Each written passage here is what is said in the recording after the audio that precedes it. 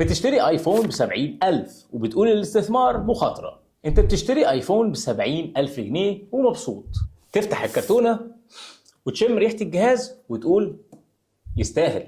بس اول ما تيجي فكرة انك تستثمر نفس ال70,000 تقوم مفزوع وتقولي لا لا لا لا لا، الاستثمار فيه مخاطرة. يعني تشتري جهاز عمره 2 وهيبهدل في ايدك مفيش مشكلة، لكن تحط نفس الرقم في اصل ممكن يفضل شغال لسنين ويجيب لك دخل، ده اللي يخوفك.